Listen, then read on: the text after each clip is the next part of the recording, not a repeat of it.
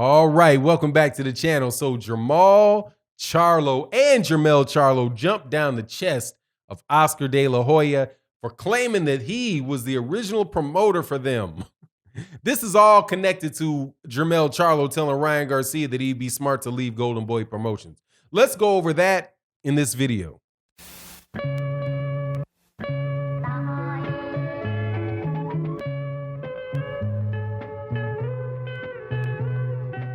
All right, welcome back, welcome back. So Jamel Charlo and Jermall Charlo both blast on Oscar De La Hoya about the time that they spent at Goldenboy Promotions, and said that, you know, they knew what type of category Oscar De La Hoya had them in, and that they were smart enough to get away from him as soon as they could. Let's talk about that. But before I do, I want to say a special thank you to everybody that supports the channel on the in the live streams. Thank you to everybody that supports the channel in the super chats and in the Patreon. You guys are just absolutely fantastic. And thank you to everybody that continues to watch the videos. I know I put ads in the videos, but you know, that is just, you know, with channels like this, really don't get a lot of a push through YouTube. So, you know, it is what it is, man. We have our channel for a cause. So that's why we have ads in the videos. I really do appreciate your guys' patience and support. But let's move on to this. Yeah, man, Oscar De La Hoya used to have, they were really running things over there at Goldenboy a few years ago. If you guys don't recall, they had more top boxers signing all kind of young fighters, some of the best pros coming out of the amateurs. I mean, yeah, the best young guys coming out of the amateurs.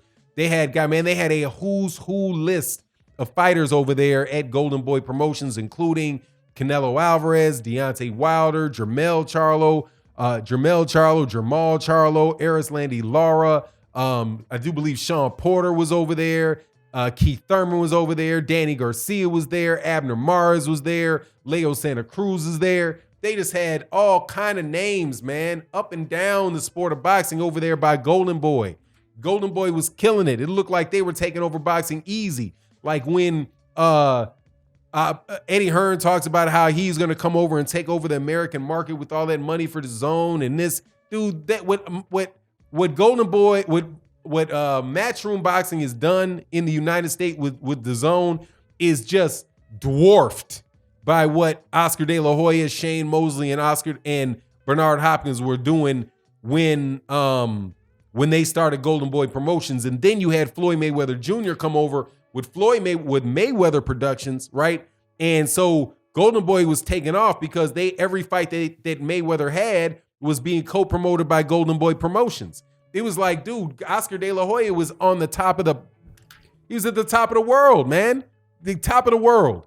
Like, we easily coming from being one of the best fighters to have fought, you know, in several decades, to having that type of organization with Goldenboy Promotions, man, that dude was flying high.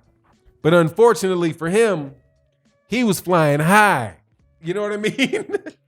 And I mean, I don't mean the type of high in like high on the hog. I mean like high on substance. Okay, so he didn't realize that Al Heyman and the PBC and the fighters that were being signed managerial contracts for Al Heyman, they were what do you call it? God, man, I hate when I do these things. Basically an exclusive, exclusive is the word I'm looking for. They signed an exclusive managerial contract. They never signed an exclusive promotional contract. And if Oscar De La Hoya had paid any attention, he would have never signed a piece of paper that would have never got caught like that. He would have known straight out that, no, these are exclusive promotional contract. Yeah, you can have an exclusive managerial contract, but no, they need. So anyway, he didn't do that. And then once the relationship with Oscar De La Hoya and Richard Schaefer and Al Heyman and Mayweather started to crumble, they all just took all those fighters and moved them over to the PBC and left Oscar De La Hoya high and dry. Now, Oscar De La Hoya continued on with Goldenboy Promotions with Canelo Alvarez. And now he has two up and coming Mexican American stars that I think are excellent. Well, one has really, really great star potential because of how he looks and how he's, and how active he is in social media and promoting himself. And that's Ryan Garcia. The other one's really promising because he's a monster of a fighter, and that's Virgil Ortiz. But we're talking about Ryan Garcia right now. And Ryan Garcia just got paid like $200,000, like half of what Shakur Stevenson is getting paid for his last fight. That's Shakur Stevenson got like $400,000 purse for his last fight that he had on ESPN. And Goldenboy Promotions wanted to give Ryan Garcia half of that for his fight. And anybody that is paying any attention knows that the bigger, at least right now, that more than likely the bigger draw between Ryan Garcia and Shakur Stevenson is Ryan Garcia. And if not, it's what and what. It's not twice for Shakur Stevenson. That's for daggone sure. But didn't stop because, hey, Oscar De La Hoya said, nah, man, we giving you $200,000. That's the most we can pay you because the dude is cheap. The dude is cheap, and there is no revenue coming in, significant amount of revenue coming in this year at all for Goldenboy Promotions because unlike Top Rank, they don't even have enough fighters where they can put on a bunch of crappy cards, and they're over on DAZN, and who knows what's going on with DAZN. Man, I ain't watching anything over on DAZN from Goldenboy Promotions or Matchroom, dude, because those fights are going to be garbage, and they're going to try to hook me in for $20 a month for a year. So it's just an all-around bad situation. Now, Jamel Charlo and Jamel Charlo said they went back and forth with Oscar De La Hoya and was like about how Oscar made a claim that he was the promoter for Jamel Charlo and Jermall Charlo. Well, they said, basically what they said was, look, how were you treated when you were with Goldenboy Promotions? And they said, we knew exactly what category we were in when we were with Goldenboy. That was the build them up to tear them down, the build them up to tear them down category. And you know what the build them up to tear them down category is, right?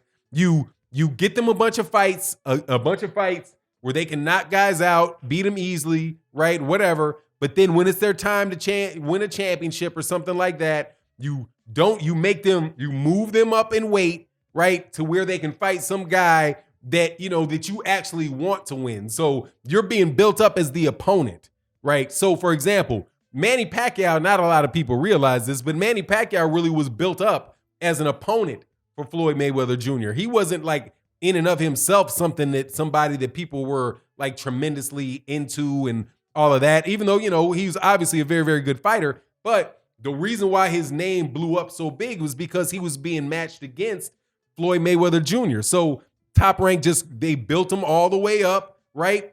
Up to the Floyd Mayweather Jr. fight, in a fight probably the Top Rank knew that he couldn't win. But then after that, after he lost to Floyd Mayweather Jr., Bob Arum didn't have any more time for him. He couldn't find $20 million to fight Terrence Crawford or anything. So that's that's a exaggerated example of somebody who was being built up to lose. But you see that with cases like guys like Jeff Lacy, dude, people that they got a lot of press behind. They were really never that good a fighter, but they got their name big enough, and then you put them in there with somebody that probably is a lot better than them, and they lose. But he then becomes a quality name for the person that they set him up, to lose for. Now, who that would be with Jermell and Jamel Charlo, well, you can already see what's going on with Jamel Charlo. Jamel Charlo started at 154. He went through 160 and never got anybody to fight him there. So now he's up at 168, hoping that one of those guys, those guys probably will fight him. But now he's at his third weight class.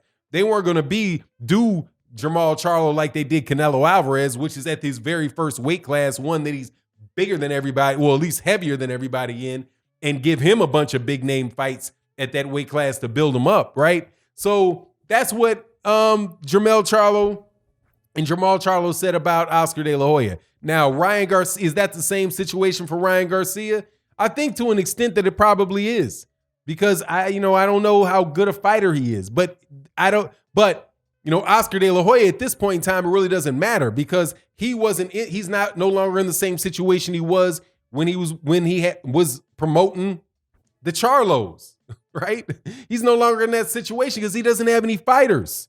He doesn't have a major network deal.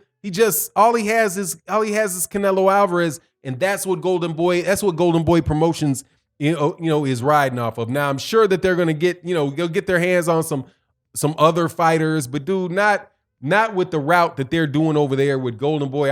I don't see it because they're not very good at signing black fighters.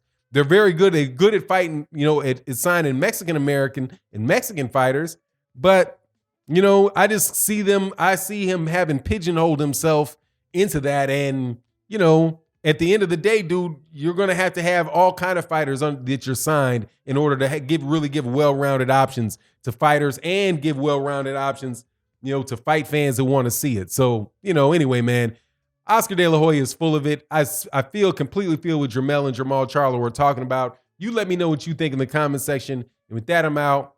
Peace.